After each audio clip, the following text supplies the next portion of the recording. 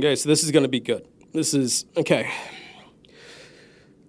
How do you approach life? How do I approach life? Life is one of those things where life just throws shit at you. It's just like a constant shitstorm. At least that's how a lot of people think about it. And if you continually tell yourself that life is throwing shit at you, then guess what? You're just going to get a bunch of shit thrown at you. So instead, if you look at life as an opportunity to grow and step outside of your comfort zone, then you will realize that you are capable of so much more. A lot of people have self-limiting beliefs. A lot of people tell themselves stories that are not true. And in order to get through that, in order to actually be successful in life, number one, you have to be going in the right direction. And a lot of people are moving very, very fast in the wrong direction, thinking that they're actually going to accomplish something, when in fact, it doesn't matter necessarily your speed. It matters more so in the direction that you're traveling. And from a very early age, I knew my direction. I reached fucking deep down into my body, and I was like, pulled out my direction, right? And I'm not saying I always knew exactly what was going to be next. I never knew how things were going to unfold, but I had this vision of how I saw myself. And I saw myself as being an entrepreneur. I saw myself being in the military. I saw myself leading soldiers. I saw myself getting deployed. I saw myself being a strong masculine. I saw myself, like having everything that I could ever hope and dream for. And once I saw that vision, once I felt that vision, then I started to live my life accordingly. And that is where a lot of people fall off track, is you say that you fucking want this when in fact you're showing up in this way and it doesn't align in order for you to actually accomplish what the fuck this is. So if you're running around, you're saying, oh, hey, I want to be an entrepreneur, but you have the mindset of I'm only going to follow people because it allows me to turn my brain off once Friday hits, and then I'm just going to go out and fucking party and get fucked up, and then on Monday, then I'm just going to reel back in. It's like you say you want to be an entrepreneur, but you don't want to take on extra tasks or responsibilities, and you also don't ensure that you have the ability to problem solve, and yeah, that doesn't align. So you obviously don't want to be an entrepreneur because you're not showing up like an entrepreneur would. If I wanted to be in the military and I was eating like shit and I was, 50 pounds overweight, and I'm like, oh man, I really want to be in the military, but, I really fucking enjoy these Twinkies. Guess what? Do I really want to be in the military? Right? I think I say I want to, but whenever it comes time to actually fucking do the work and show up in the way that I need to in order to accomplish my goals, guess what? That sounds like a misalignment to me. So what I'm saying is I got to where I am of having a successful 17-year military career, to owning a very successful company, to feeling like I am in the perfect place in life, here to accept all of the beautiful things that are meant for me, of feeling like I am whole, right? Because everybody wants to feel whole. Everybody is chasing, happiness from an external validation. They're looking for these little things to grasp on in order to make them feel like they're happy, instead of working on themselves mentally, physically, emotionally, sexually, spiritually, whatever that looks like. That is hard. That is difficult. That takes time. It takes effort. It takes unlearning. It takes a certain level of dedication and uncomfortability that a lot of people do not want to face. A lot of people do not want to look themselves in the mirror and say that, hey, this needs to change in order for me to become the best version of myself, in order for me to live a life that I can, in this moment, be proud of, and also look back 10 years, 5 years, and 2 years and really, really be proud of. And if you're a man that is out here saying that you want this and you're showing up in this way, then you have some fucking work to do.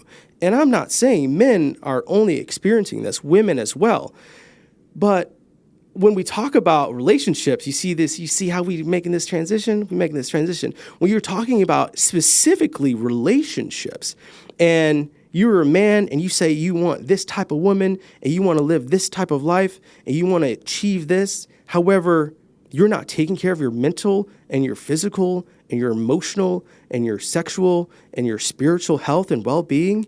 And then you expect to want whatever you consider to be a 10, and you want this woman to love you and bury your children, and you're walking around out here with just like a gut hanging over your belt, and you know, not opening, whatever happened to opening doors for women? That's like I'm not saying you have to open up every single door, but like whatever happened to like that level of chivalry where it's like, you know, hey, let me open up a door. Whatever happened to poetry and love letters, right? Whatever happened to, you know, like rose petals, you know, like she opens up the door and just like some rose petals on there. Don't mind me. Like I'm what would you consider a hopeless romantic, but you better believe that when I'm all in, I'm all in. And once again, love looks different for everybody. Dating looks different for everybody. But if you are, you could have all the fucking money in the world, right? You could be making, you know, fucking 10 million a year, right? And hey, maybe you find a baddie that's all she fucking cares about, and then hey, you guys are fine, and then she doesn't care like how you actually show up, you know, emotionally or treat her or like whatever that looks like. Then good for you. Then you found your fucking person. However, to the other women who are out there that are actually looking for an emotionally mature and secure man in his masculine that puts a woman in her feminine and makes her feel safe and wanted, it doesn't fucking matter how much money you make, because eventually she's going to realize that you're full of shit and that you actually don't show up for her in the way that she needs to be shown up for, because all you care about is either making money or what you believe the masculine or what the masculine role should be. And maybe to you, that is just, I don't know, having big muscles or yelling or, you know, talking loudly or whatever that looks like, right? Driving a fucking fancy car, right? So in my military career, I've experienced a lot of toxic masculinity. It has been a lot of, and I'm not saying like everyone was about this, but it was a culture that allowed certain traits to exist, such as just almost like male superiority. So what I would say is unlearning that for me, because even from an early age, I feel like I had a very good understanding of who I was and how I wanted to show up in the world. And so growing up as a young male, both in the military and outside of the military, I realized that there were certain traits that I did not want to embody. There were certain things such as yelling all the time, and there were certain traits that I realized actually weren't important or weren't required in order for me to be a man or feel like a man or to be masculine. And I think that right now we still have a issue with men. I put men in quotation marks, men, because a lot of them are actually boys walking around in big boy pants calling themselves men.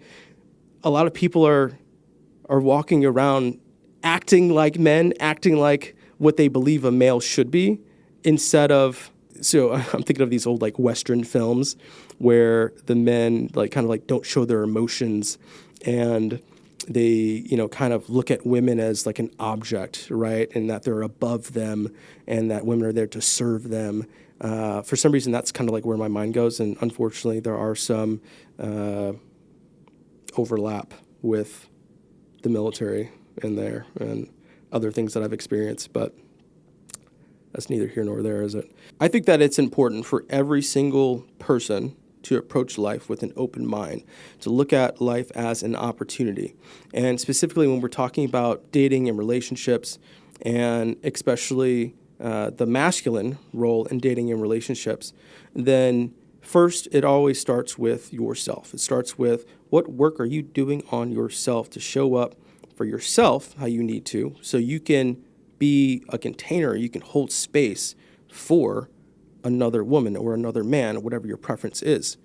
And for me, my outlook on life has always been to make sure that my foundation is solid. Because if my foundation isn't solid, if my foundation is not firm, then how do I expect to hold space or show up for somebody else that I care about? And a lot of people right now are looking for connection instead of relationships, and they're thinking that they want a relationship when in fact they're looking for that connection, and then that can literally just explode in your face. So in my history of dating and being married and going through a divorce and even this year going through a few different relationships, I found that, number one, I've learned something from every single date, every single relationship, and it has only made me stronger and only continue to reinforce who I am and my values and how I want to show up for my future partner.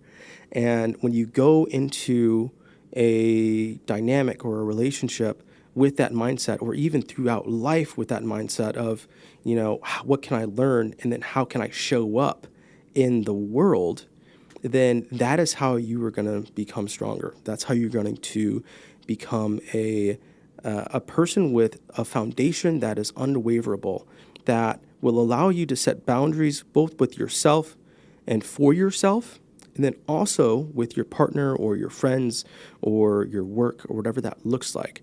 So if you are in, say, like a situationship, or you feel lost and you're trying to figure out exactly like what you want or who you are, then I would encourage you to first work on yourself. And yes, it could be fucking lonely. It can definitely be lonely. But you need to do the work on yourself. You need to figure out who you are and what you want, or at least what direction that you want to go in life. And you don't have to have everything figured out. You just need that. That's the fucking base. You don't need to have every single step laid out. Everybody is looking for, perfection, when in fact I've been down on that fucking road and all it did is lead me to therapy, which was probably one of the best things that ever fucking happened for me. But what I'm saying is, you need to have that as a base. You need to know what direction you want to go in. I want you to close your fucking eyes, and I want you to think about what you envision your life looking like realistically, not all this like bullshit, right? And then from there, understand, have a little talk with yourself, and see if you want a connection, or aka like a situationship, right? Or if you want a relationship, do you want marriage, whatever that looks like. And just be honest both with yourself and or with your partner going into it. Because communication and comprehension are going to be your two fucking best friends. I used to say communication was the best thing, but if you can't comprehend something, then communication really doesn't fucking matter. And I went down that road with probably multiple relationships, and hindsight is 2020. You're like, oh yeah, actually, I really wish I had some comprehension of this. So that's your project. That's your fucking homework, okay? Ask yourself, what the fuck do you want? What does it take to get there or achieve that? And ask yourself what your value is. You need to know what your value is, and you need to be honest with yourself. You need to know if you're actually open, right? Emotionally, sexually, spiritually. And if you're not, sit the fuck down and chill out and figure that shit out. Because otherwise, you're just going to keep spiraling. You're welcome.